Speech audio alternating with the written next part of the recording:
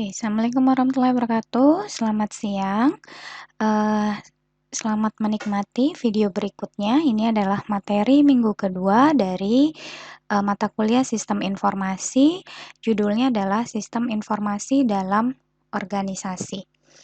Oke, jadi minggu lalu kita sudah membahas tentang sistem informasi, pengertian, konsep, dan lain sebagainya. Sekarang kita akan masuk ke dalam sistem informasi di dalam sebuah organisasi.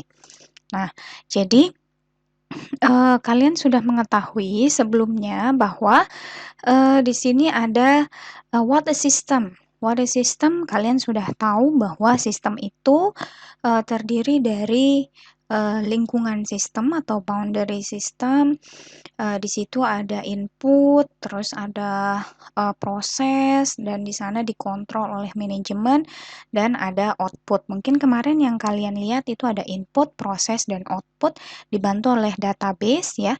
Yang sekarang karena kita berada di dalam sistem informasi di sebuah organisasi, maka kita akan melibatkan environment di sini atau environment-nya ini adalah manajemen. Oke. Jadi setelah itu di dalam bisnis di manajemen tersebut kita membutuhkan banyak dukungan ya dari internet misalnya. Terus apabila kita menjalankan sebuah bisnis, otomatis kita juga akan butuh supplier, terus bisnis partner yang lain. Setelah itu kita butuh procurement, distribution, dan logistik juga pastinya. Nah, di dalamnya kita ada yang kita lakukan di dalam sebuah organisasi atau perusahaan itu biasanya ada engineering and research, terus ada manufacturing and production, terus pastinya di dalam manajemen itu juga diatur oleh orang-orang accounting, finance, dan manajemen. Itu dari sisi internet. Sedangkan dari sisi intranet, kita juga bekerja sama dengan orang-orang advertising atau orang-orang periklanan, sales, dan customer service. Nah, jadi pada saat kita keluar atau sudah mulai menggunakan extranet, kita akan berhubungan dengan consumer and business customer. Jadi ini kira-kira gambaran dari sebuah organisasi di dalam sebuah perusahaan ya.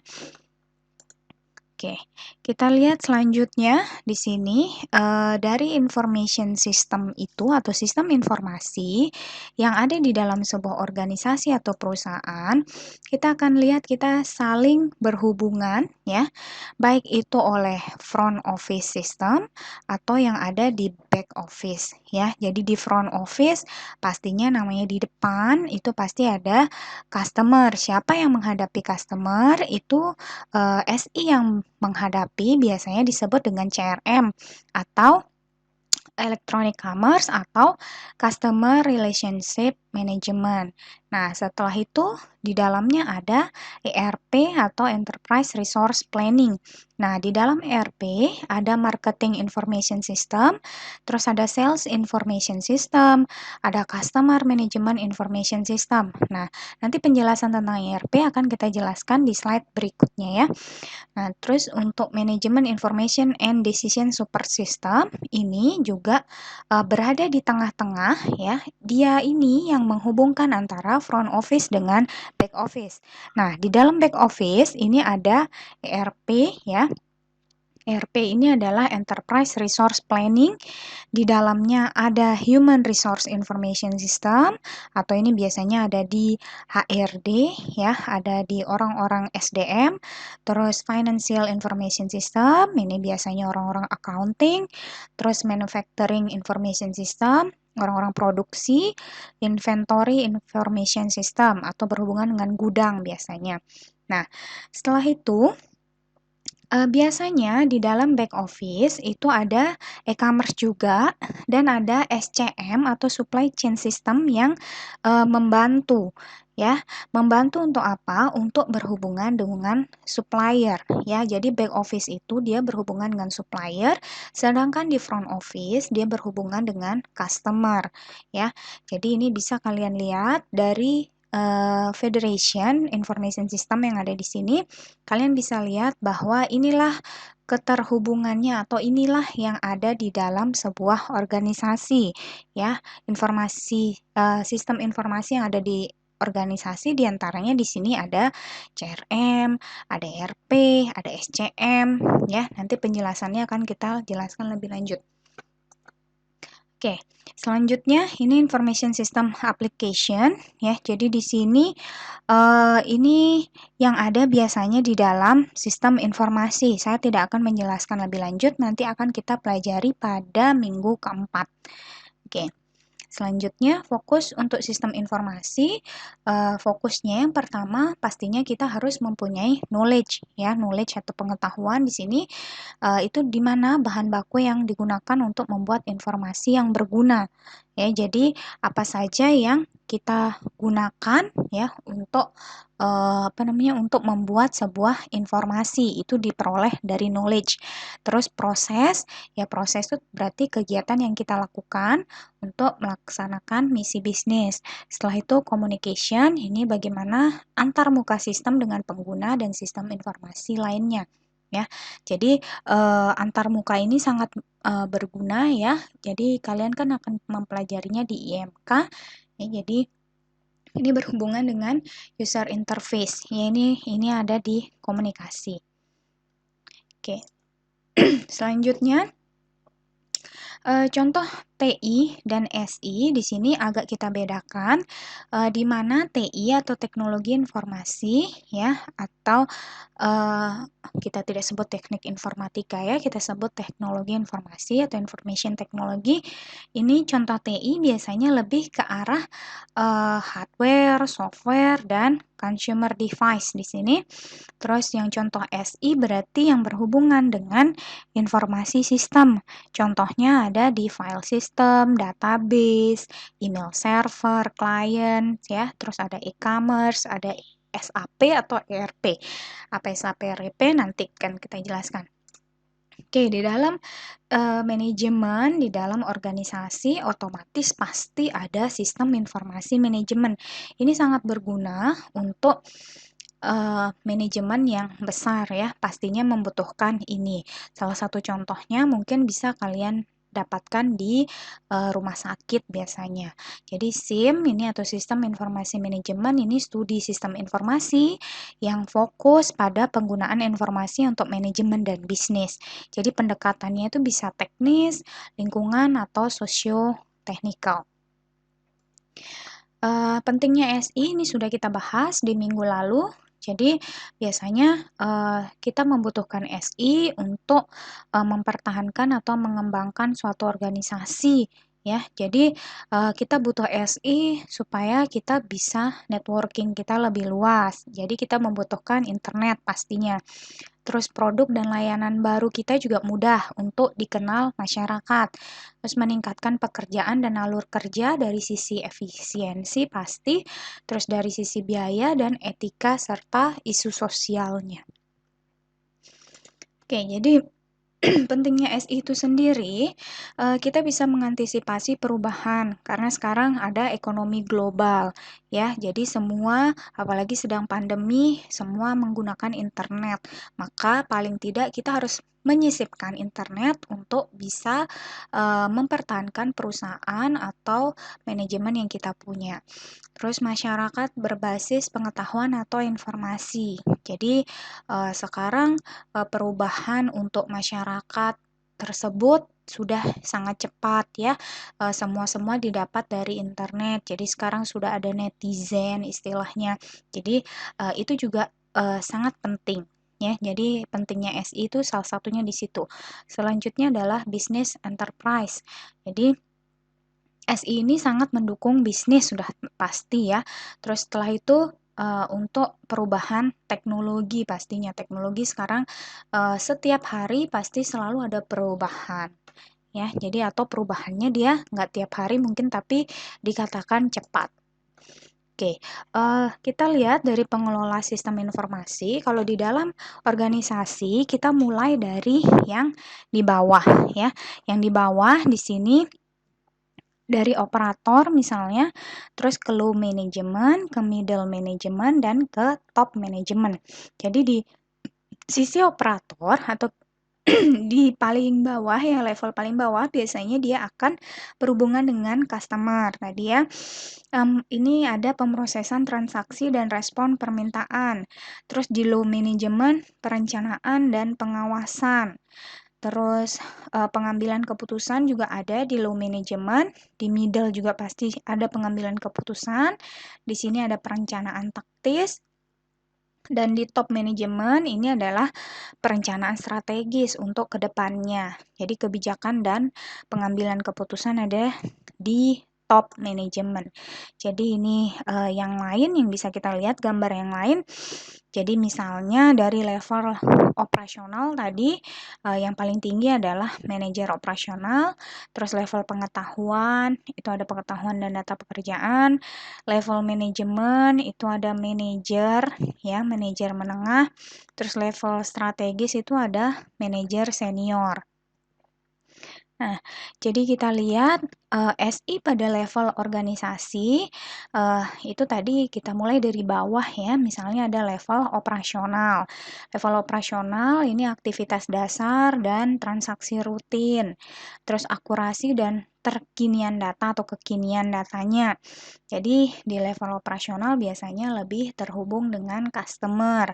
Terus di level pengetahuan, jadi SI ada juga di level pengetahuan atau knowledge. Ini biasanya mendukung pengetahuan dan data pekerjaan. Jadi yang ada di sini sudah mulai ada knowledge yang digunakan. Terus mengintegrasikan pengetahuan baru ke dalam bisnis serta otomasi perkantoran. Setelah itu ada di level manajemen. Nah, di level manajemen ini SI lebih untuk pengawasan secara periodik. Jadi bukan lagi manajemen yang mengerjakan. Jadi yang tadi yang mengerjakan itu sudah ada di level knowledge dan level operasional. Kalau di level manajemen dia lebih ke pengawasan, pengambilan keputusan dan administrasi. Terus mengetahui apakah bisnis bekerja dengan baik. Ya, terus di level strategis, di sini level strategis ini pastinya dia ada di top manajemen ya. Jadi merekalah yang strategis merencanakan jangka panjang misalnya selama 5 tahun, 10 tahun dan seterusnya. Terus informasi internal serta eksternal yang ada di perusahaan mereka juga butuh. Jadi mereka tidak lagi yang input data, jadi nggak ada top manajemen yang menginput data, mereka hanya menerima informasi. Ya, jadi laporan-laporan itu berada di level strategis. Oke, selanjutnya ini sekedar contoh aja, pemberian contoh untuk tadi level-level yang ada di organisasi ya. Jadi di level operasional contoh SI-nya misalnya pembuatan KTP online, pelaporan pajak, perizinan, absensi, penggajian itu ada di level operasional. Terus di level pengetahuan itu ada sistem perkantoran, persiapan dan manajemen dokumen kerja ya atau di level knowledge. Jadi setelah itu di level manajemen itu adalah pengambilan keputusan yang tidak rutin. Itu terkait dengan pertanyaan bagaimana jika. Ya, jadi misalnya uh, gimana jika penjualan tidak naik misalnya, maka dia akan membuat atau pembuatan keputusan di level tersebut. Ya, berarti dia mulai memikirkan kenapa kok penjualan ini tidak naik misalnya ya, mereka harus mengambil keputusan tentang itu. Setelah itu memperoleh data dari sumber internal dan eksternal ya, itu dia yang ada di level manajemen. Terus level strategis. Nah, di level strategis ini pengembangan produk layanan untuk 5 tahun ke depan. Tadi yang seperti yang Ibu bilang bahwa di level strategis atau top manajemen mungkin itu direktur, terus yang lain ya yang di atas ya komisaris dan lainnya CEO, CIO mungkin itu ya. Jadi di situ mereka lebih membutuhkan laporan saja pengembangan produk. Jadi mereka yang merencanakan produk 5 tahun ke depan, tapi juga menginginkan laporan-laporan dari bawah. Jadi mereka juga merencanakan kebutuhan karyawan 5 tahun yang akan datang misalnya. Oke. Selanjutnya, ini tipe sistem informasi itu biasanya secara vertikal atau bottom up. Ini tipe-tipenya aja, Ibu perkenalkan aja ya. Nanti akan kita bahas lebih jelasnya itu di minggu keempat. Ya, jadi ini levelnya ada tadi pemrosesan transaksi atau SPT, sistem pengetahuan dalam pekerjaan atau SPP, ya, terus sistem otomasi perkantoran, sistem informasi manajemen, sistem penunjang keputusan, dan sistem penunjang eksekutif, ya, itu yang ada di sistem informasi yang ada di manajemen tadi secara vertikal, ya, bottom up berarti dari bawah ke atas. Jadi untuk itu contoh fungsionalitas SI tadi untuk apa aja biasanya itu digunakan untuk penjualan dan pemasaran, manufacture, ya, produksi, keuangan dan akuntansi, kepegawaian, kesehatan, kewilayahan, kependudukan. Ya, jadi di sini kalian nanti misalnya ingin membuat SI sesuai dengan tema kita yang kemarin, itu berarti kalian bisa mencakup yang ada di sini, misalnya lebih kemana arahnya, lebih ke penjualan dan pemasaran kah, lebih ke kepegawaiannya kah, atau ke arah kesehatan, kewilayahan, kependudukan, kalian boleh pilih. Ya, kalian boleh pilih yang mana yang akan kalian masuk. Oke, proses bisnis. Di sini proses bisnis, aktivitas pada area fungsi utama bisnis yang digunakan untuk mencapai tujuan bisnis pastinya. Contoh proses bisnis. Nah, proses bisnis ini pastinya juga ada SI di sini ya, karena itu sangat membantu. Jadi tadi proses bisnis itu ada penjualan dan pemasaran. Itu contohnya ada identifikasi pelanggan, penjualan produk, terus manufacture dan produksi, itu contohnya assembling produk, pengadaan kualitas atau pengecekan, ya, pengecekan kualitas, terus keuangan dan akuntansi berhubungan dengan pembayaran, tagihan mungkin ya, terus kepegawaian itu ada rekrutmen, training, mutasi, cuti, ada di situ semua. Oke, itu proses bisnis yang membutuhkan SI. Nah, tadi di depan kita sudah singgung ada yang disebut sebagai CRM, ya. Jadi di dalam sebuah organisasi ada yang disebut sebagai CRM. CRM itu singkatannya atau kepanjangannya adalah Customer Relationship Management, ya.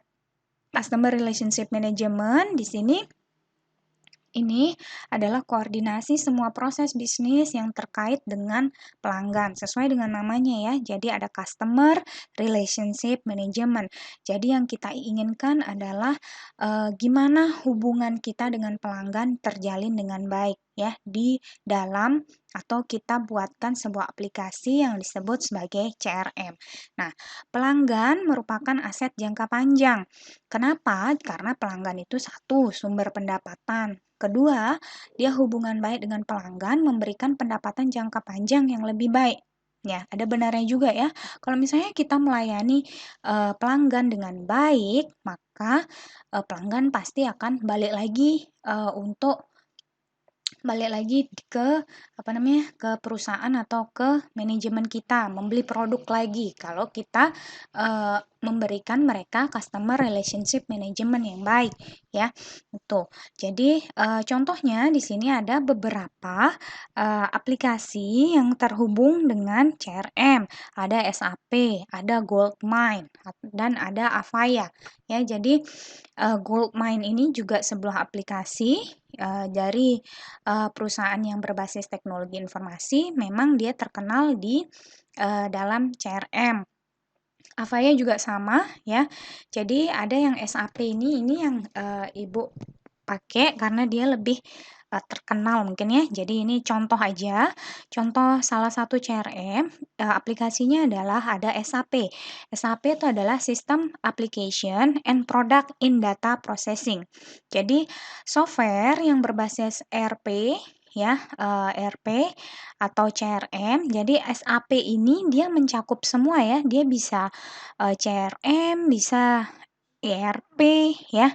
Jadi Enterprise Resource Planning yang digunakan sebagai alat untuk membantu manajemen perusahaan, perencanaan, hingga melakukan operasionalnya secara lebih efektif dan efisien ya.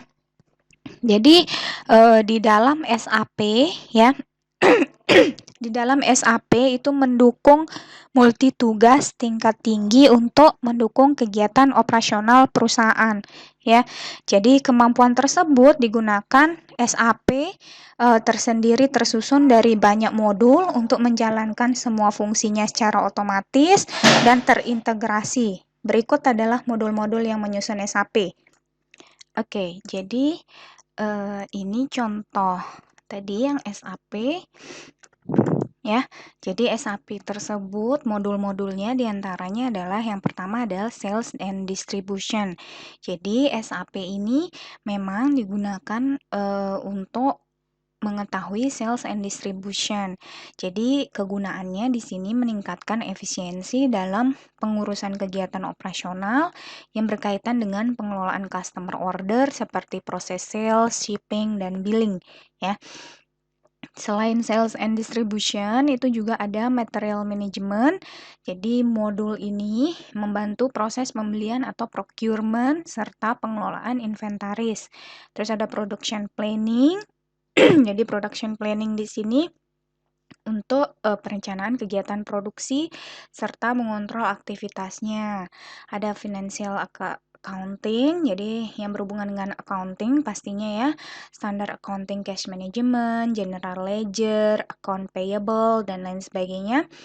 Terus ada controlling. Nah, controlling ini untuk analisis profit biasanya atau keuntungan, cost element accounting, serta cost center accounting ya. Jadi inilah modul-modul yang digunakan di dalam SAP yang sangat mendukung tadi terciptanya CRM ya. Jadi di dalam sebuah perusahaan disarankan mempunyai mempunyai modul-modul ini ya, seperti yang disarankan oleh SAP. Jadi ada sales and distribution, ada material management, ada production planning, ada financial accounting, dan ada controlling. Nah, yang lain mungkin juga lebih lengkap dari SAP, tapi SAP inilah yang dijadikan acuan oleh teman-teman yang lain mungkin ya.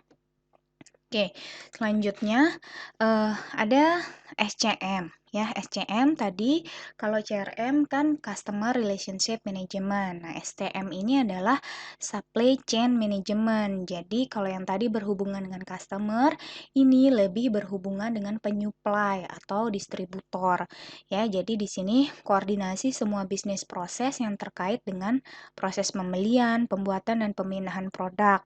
Terus integrasi penyuplai dan distributor dalam suatu proses tunggal.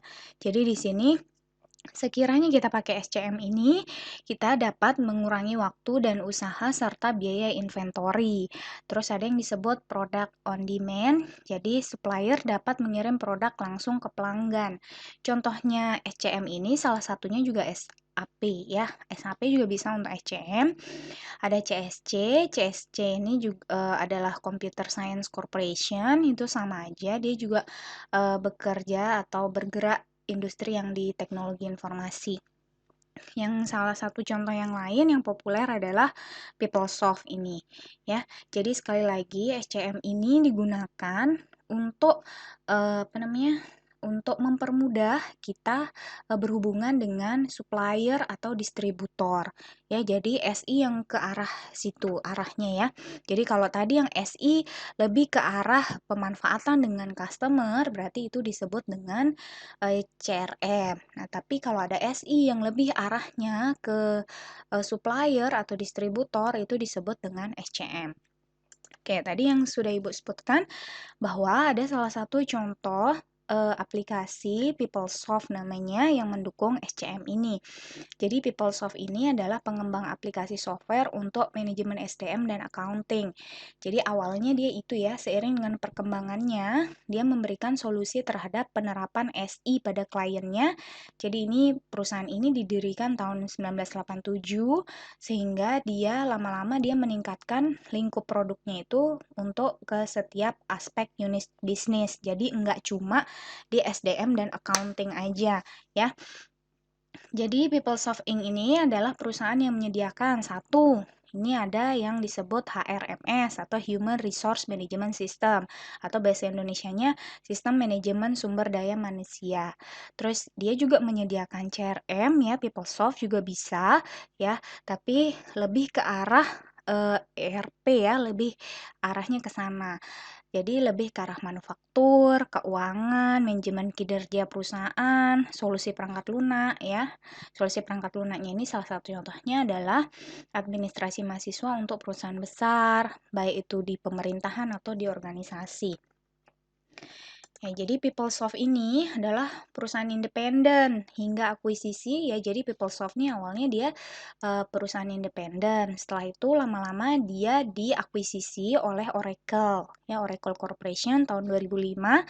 Jadi sekarang PeopleSoft ini adalah bagian dari Oracle ya. Kalian tahu nggak Oracle itu apa? Ya, jadi Oracle itu adalah salah satu perusahaan besar yang memang bergerak di bidang database serta SI yang terhubung atau yang berhubungan dengan sebuah manajemen atau perusahaan ya.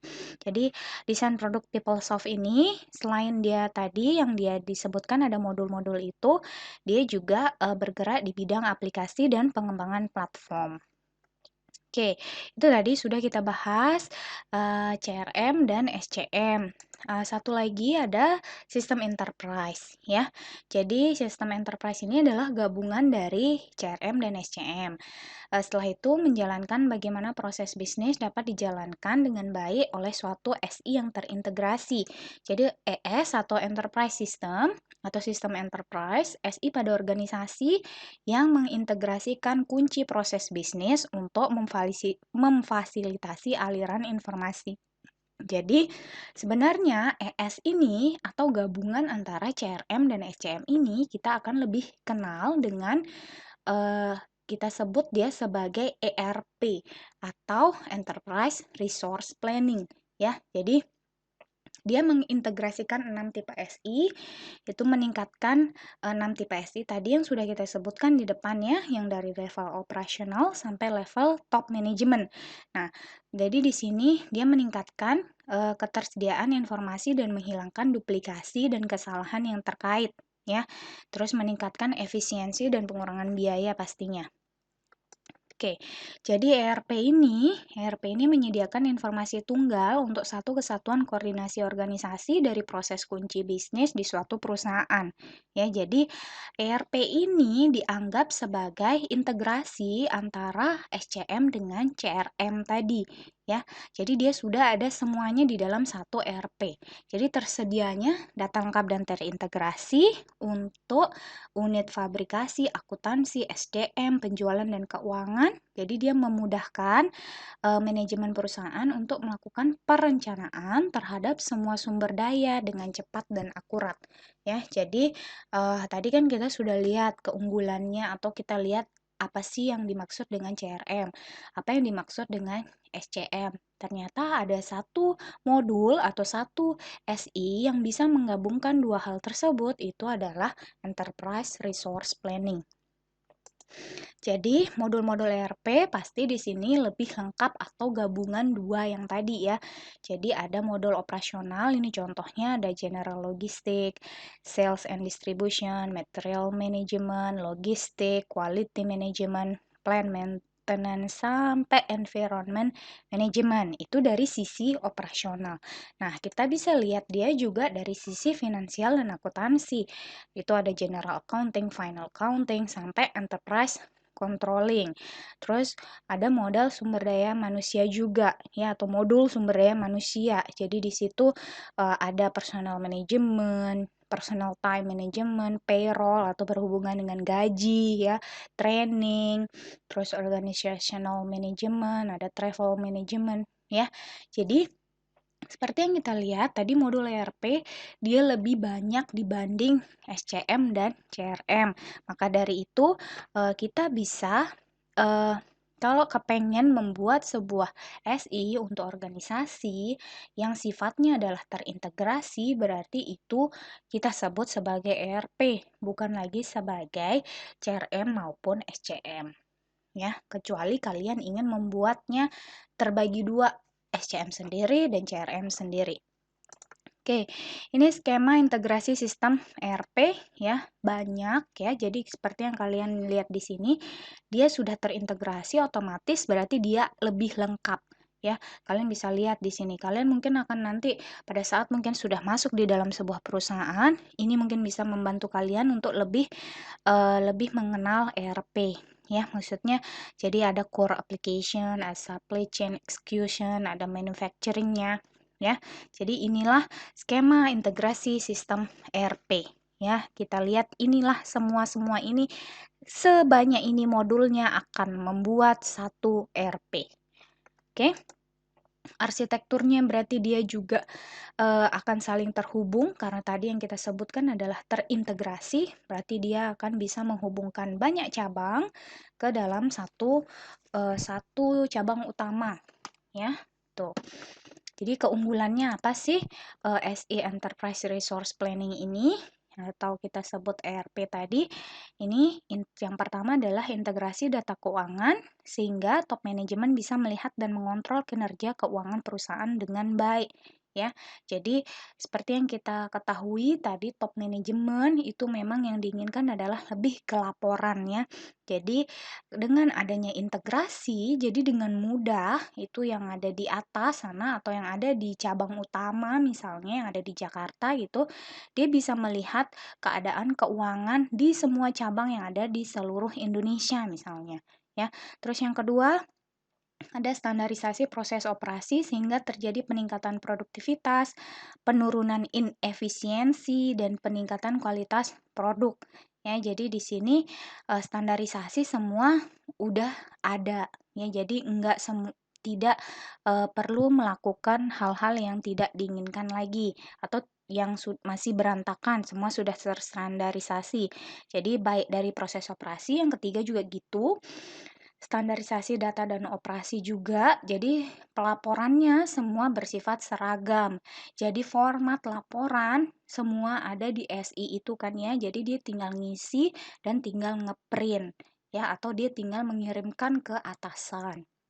Terus penurunan inventory, inventory di sini maksudnya adalah ketersediaan barang. Ya, maksudnya jadi penurunan ini dikategorikan sebagai dia eh, tidak perlu menyimpan barang dalam jangka waktu yang lama. Ya, jadi seperti itu. Terus penurunan tenaga kerja secara total, yaitu karena tadi kita sudah mengganti dengan sistem informasi. Terus peningkatan service level pastinya karena kita punya SI yang terintegrasi. Terus peningkatan kontrol keuangan. Ya, kontrol keuangan jadi lebih mudah karena bisa dilihat di satu SI aja. Terus penurunan waktu yang dibutuhkan untuk mendapatkan informasi tadi. Terus backup data secara manual maupun otomatis juga menjadi lebih mudah. Oke, itu aja penjelasan tentang SI dalam organisasi hari ini.